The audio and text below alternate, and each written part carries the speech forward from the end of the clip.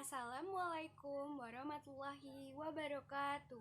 Hai teman-teman semua, kami dari kelompok 3 mata kuliah hukum bisnis yang beranggotakan saya Zukrufatunisa. Nama saya Friska Prawita. Nama saya Oktaviani Padria, saya dari kelas AKT 6A.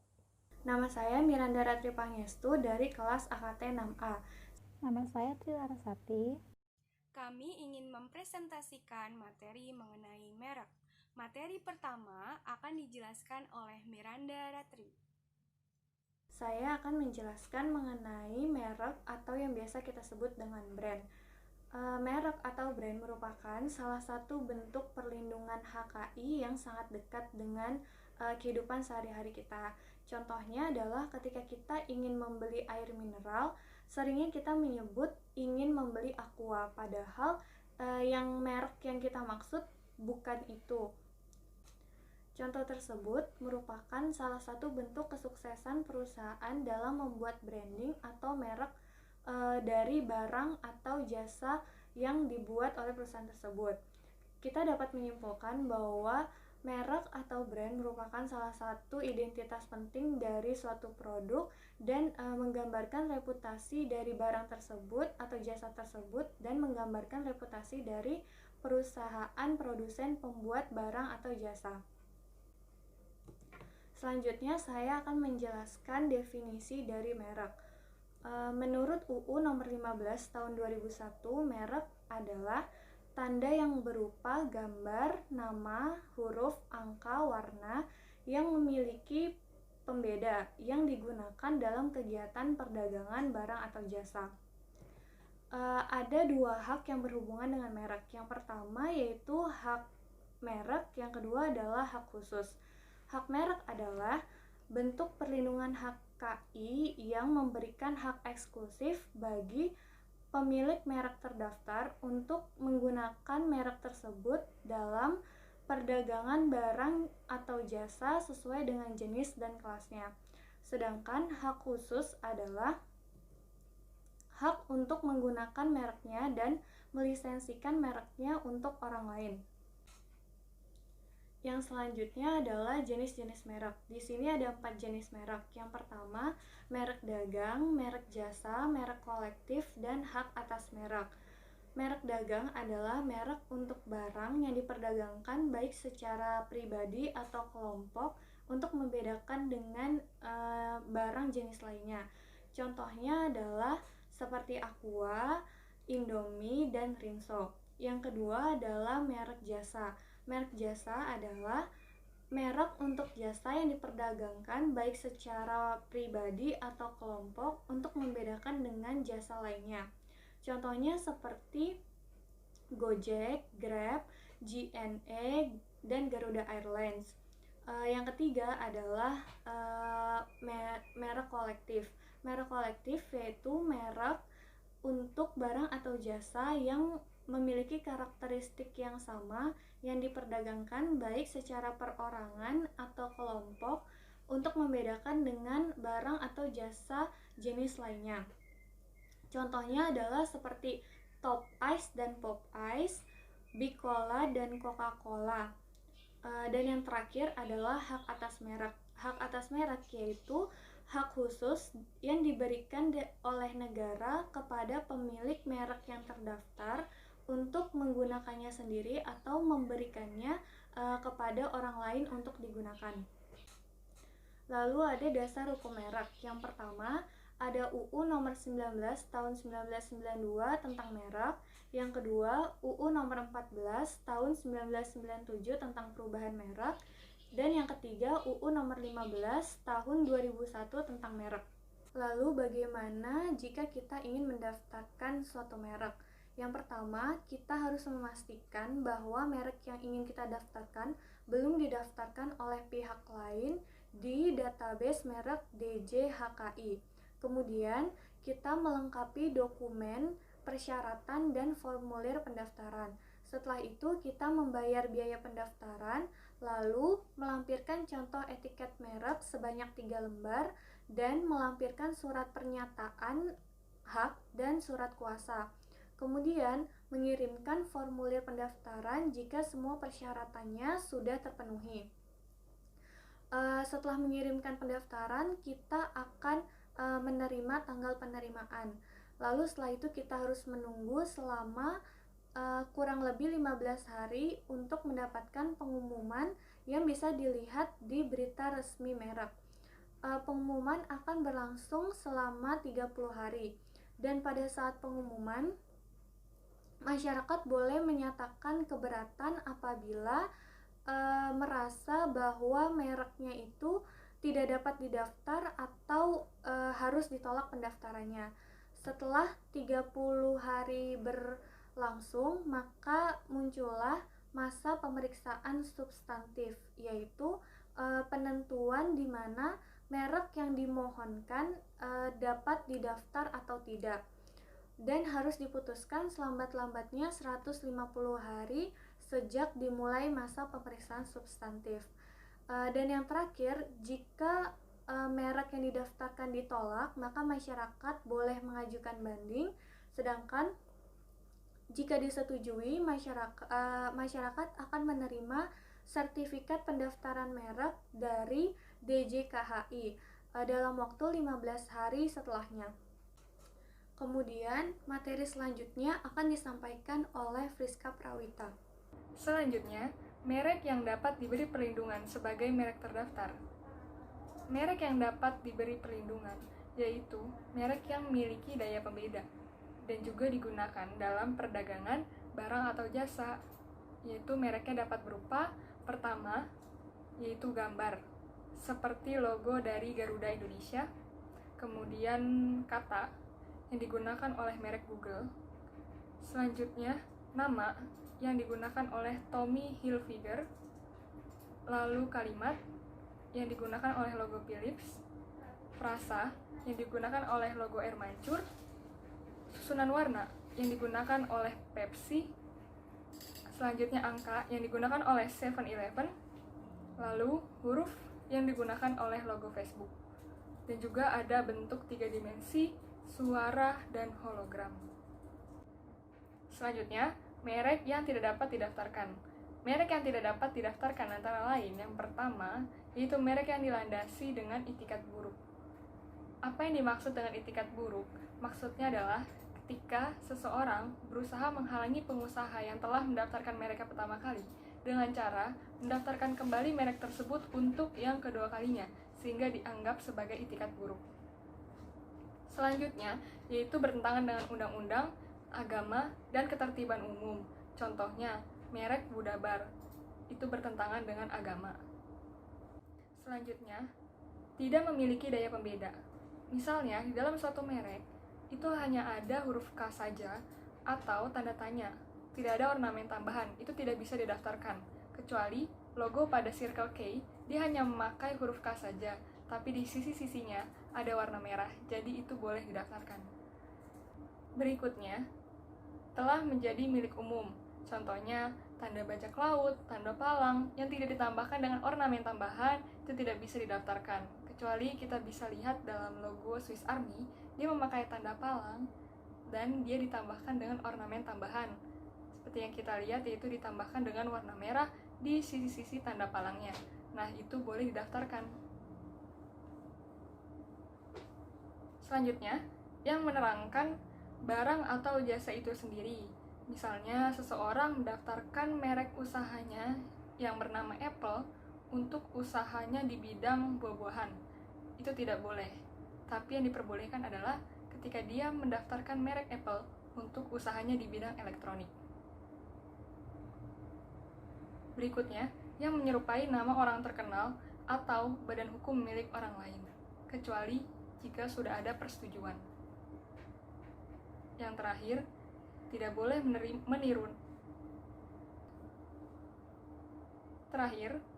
meniru nama, bendera, lembaga nasional, atau tanda stempel resmi yang digunakan oleh negara atau pemerintah. Itu tidak diperbolehkan, kecuali sudah ada persetujuan tertulis. Lalu, siapa yang dapat mendaftarkan merek? Dalam sistem perlindungan merek di Indonesia, menganut prinsip first to file. Artinya, orang pribadi maupun badan yang mendaftarkan mereknya, dia dianggap sebagai pemilik hak atas mereknya tersebut. Jadi, selama merek tersebut tidak didaftarkan, maka merek tersebut dapat dengan bebas digunakan oleh siapapun. Kapan sebaiknya suatu merek terdaftar? Kapan suatu merek didaftarkan? Merek yang sudah digunakan secara luas dan bertahun-tahun masih dapat didaftarkan, selama merek tersebut tidak mirip dengan merek yang sudah didaftarkan oleh orang lain. Jadi, apakah harus menunda-nunda? Tidak, lebih cepat lebih baik. Merek menganut prinsip first to file, jadi jika seseorang lalai dalam mendaftarkan merek yang diperdagangkannya, maka berakibat ia keduluan oleh orang lain yang mendaftarkan merek yang sama atau yang mirip dengannya, sehingga hak untuk menggunakan merek itu tidak dapat digunakan lagi, padahal merek tersebut sudah ia gunakan lebih dulu. Di mana perlindungan merek berlaku? Indonesia menganut prinsip teritorial, yang artinya perlindungan merek hanya berlaku di negara di mana merek tersebut diajukan. Contohnya, misalnya perusahaan A mendaftarkan merek di negara Indonesia, tetapi di negara lain ia tidak mendaftarkannya, maka merek tersebut hanya berlaku di negara Indonesia dan tidak berlaku di negara lain, sehingga di negara lain merek tersebut dapat dipergunakan secara bebas oleh siapapun karena belum didaftarkan. Untuk memperoleh perlindungan merek di wilayah Indonesia, harus mengajukan permohonan mereknya di Indonesia, yaitu dengan mendatangi Direktorat Jenderal Hak Kekayaan Intelektual atau DJHKI. Jangka waktu dan biaya permohonan merek. Dalam jangka waktu permohonan merek, proses permohonan pendaftaran merek dari sejak tanggal penerimaan hingga tanggal pendaftaran memakan waktu sekitar 7 hingga 9 bulan. Hal ini merupakan terobosan yang diatur dalam Undang-Undang Merek yang baru, yaitu Undang-Undang Nomor 20 Tahun 2016 tentang merek dan indikasi geografis. Pemohon tidak dapat mengambil tindakan hukum apapun terhadap pihak lain yang menggunakan merek tanpa izin, selama sertifikat merek miliknya belum terbit. Namun setelah merek tersebut didaftar, pemegang hak merek dapat menuntut ganti kerugian atas pelanggaran merek yang dilakukan setelah tanggal penerimaan. Kemudian biaya permohonan. Seperti yang telah disebutkan pada penjelasan sebelumnya, biaya permohonan merek adalah Rp2.000.000 setiap satu merek di satu kelas, tanpa ada batasan untuk jumlah jenis barang atau jasa yang dicantumkan, sepanjang masih dalam kelas yang sama. Tentunya komponen biaya ini belum termasuk biaya jasa profesional apabila permohonan diajukan melalui konsultan HKI terdaftar. Kemudian perpanjangan merek. Masa perlindungan hak merek berlaku selama 10 tahun sejak tanggal penerimaan. Contohnya, jika tanggal penerimaan permohonan pendaftaran suatu merek itu tanggal 1 Oktober 2017, maka perlindungannya akan berlaku hingga 1 Oktober 2027. Masa perlindungan hak merek dapat diperpanjang setiap 10 tahun secara terus-menerus.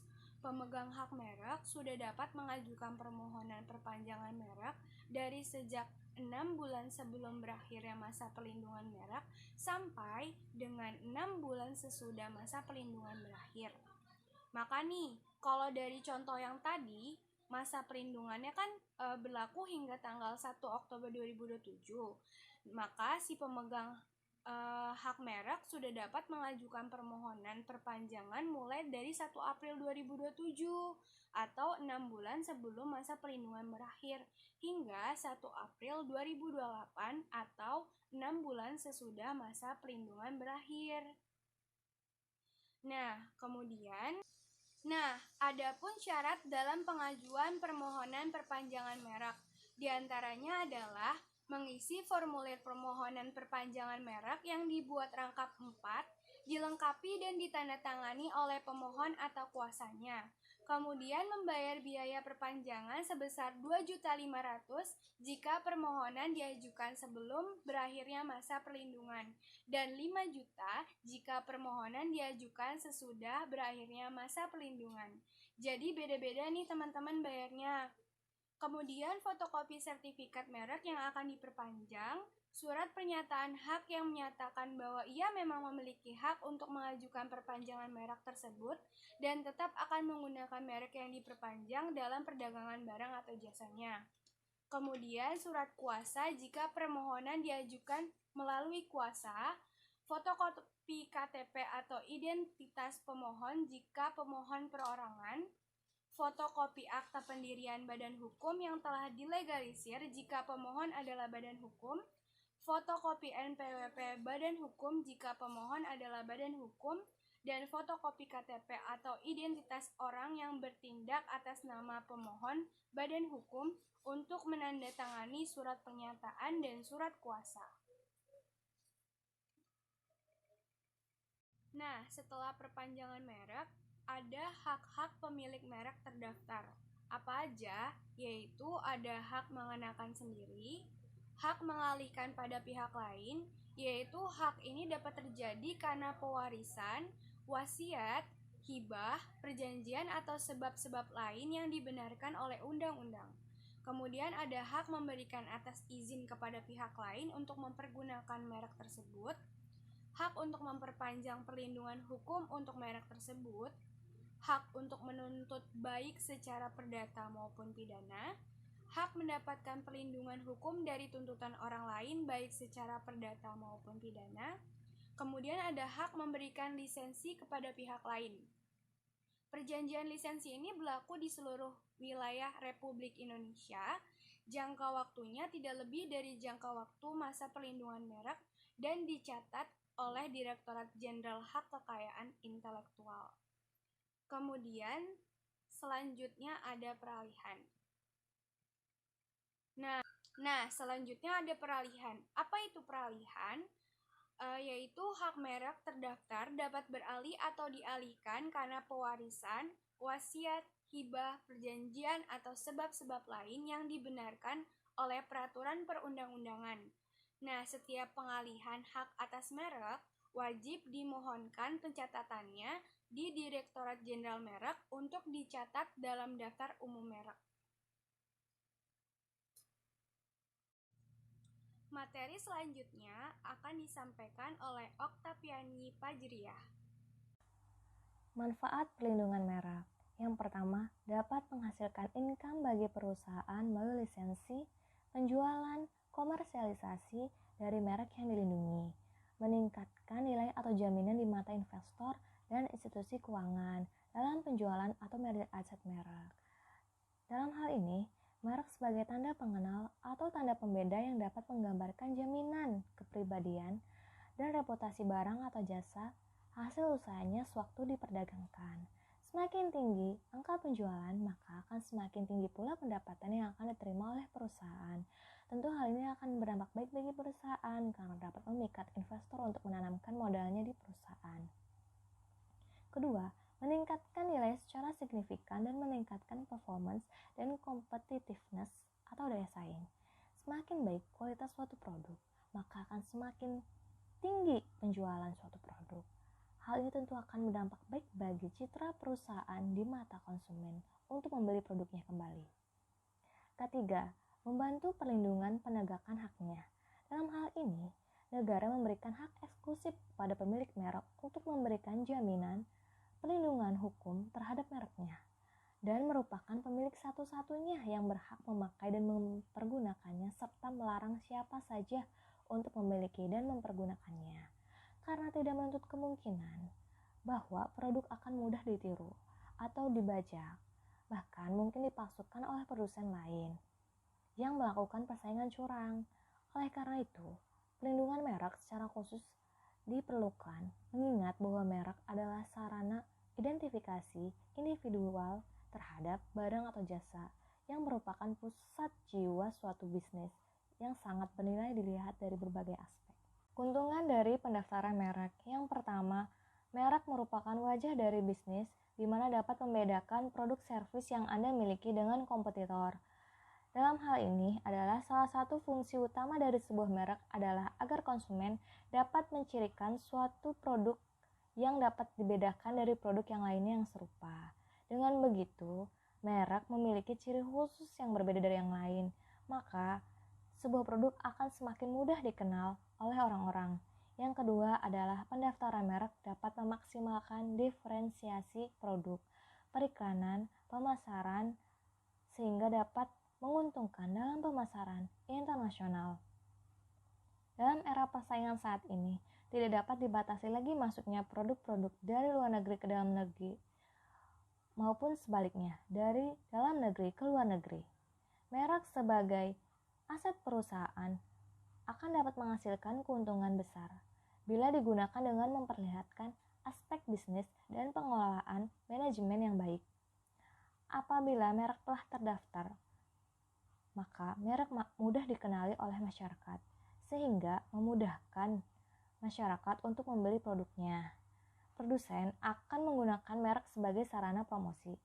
Tanpa merek, suatu iklan tidak akan efektif lantaran orang tidak tahu atau bertanya-tanya soal produk manakah suatu iklan itu ditampilkan. Maka, merek sangat penting dalam sarana promosi. Yang ketiga, merek dapat memberikan jaminan kualitas yang konsisten. Perlu hati-hati dalam memilih dan mendesain suatu produk untuk dilindungi serta digunakan dalam periklanan. Berkat merek, produsen akan memaksimalkan kualitas produk secara konsisten dan selalu melakukan evaluasi untuk perbaikan-perbaikan produknya agar tidak mengecewakan konsumen. Yang sekarang adalah kerugian perusahaan yang tidak mendaftarkan merek. Ini berbanding terbalik dengan yang tadi. Yang pertama, lebih rendahnya pendapatan. Yang kedua adalah kurang loyalnya konsumen terhadap barang tanpa merek. Yang ketiga adalah kesulitan dalam pemasaran dan pengiklanan produk atau jasa baik dalam negeri maupun luar negeri. Yang keempat adalah kesulitan dalam penegakan hak. Permohonan merek. Yang pertama adalah sifat, ciri umum mutu barang atau jasa yang akan diproduksi atau diperdagangkan. Maksudnya adalah pemilik merek itu harus memiliki sifat atau ciri umum atau ciri khusus yang dibedakan dari produk yang lain, sehingga akan mudah dikenali oleh konsumen.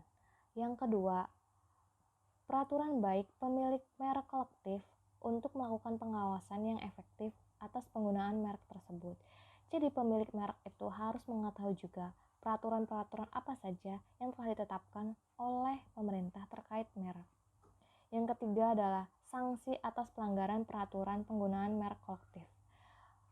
Pemilik merek juga harus mengetahui sanksi apa yang telah ditetapkan atas pelanggaran peraturan penggunaan merek kolektif. Jadi, dalam hal ini, siapapun yang akan membuat atau memakai merek jangan sampai melanggar hak orang lain serta peraturan perundang-undangan yang berlaku. Dicek terlebih dahulu apakah suatu merek tersebut telah digunakan atau didaftarkan oleh orang lain ataupun tidak. Selanjutnya, materi akan dilanjutkan oleh Tri Larasati.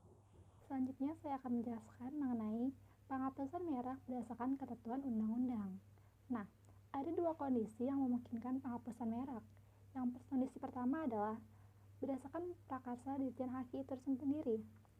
Terjadi apabila yang pertama, merek tidak digunakan selama 3 tahun. Nah, 3 tahun ini adalah berturut-turut semenjak tanggal pendaftaran atau pemakaian terakhir kali. Yang kedua adalah merek digunakan untuk jenis barang atau jasa yang tidak sesuai. Contohnya, apabila kita mendaftarkan merek untuk produk kecantikan, namun produk yang kita jual adalah produk makanan. Nah, itu bisa dibatalkan oleh Dirjen Haki. Kondisi kedua adalah menurut ketentuan Undang-Undang Nomor 15 Tahun 2001, yaitu dapat diajukan oleh pihak yang bersangkutan, yaitu si pemilik merek tersebut atau pihak yang tidak bersangkutan. Jadi maksudnya adalah pemilik merek menunjuk orang lain sebagai kuasa hukumnya. Selanjutnya adalah lisensi merek. Sebelumnya Apa itu lisensi? Lisensi adalah pemberian izin dari pemilik barang atau jasa untuk menggunakan barang atau jasa tersebut kepada penerima lisensi. Contohnya adalah Dropbox. Kita tentu tidak asing bukan dengan Dropbox. Nah, kita bisa menggunakan situs tersebut atau aplikasi tersebut yang sebenarnya itu memiliki hak cipta, tapi kita tetap bisa menggunakannya. Nah, lalu bagaimana perlakuannya? Jadi si pemilik merek ini berhak untuk memberikan lisensi sebagian atau seluruh kepada orang lain. Namun, tetap harus menggunakan perjanjian, dan perjanjian ini itu harus didaftarkan ke Direktorat Jenderal Merek. Selanjutnya adalah gugatan pelanggaran. Nah, siapa yang digugat? Yang digugat adalah bisa badan atau perorangan yang secara tanpa hak menggunakan merek tersebut, yang memiliki persamaan keseluruhan atau intinya saja. Contohnya, ada merek KFC. Nah, itu merupakan produk makanan yang sangat populer, bukan? Tetapi tidak jarang ada juga orang yang memanfaatkan merek tersebut dengan singkatan yang berbeda.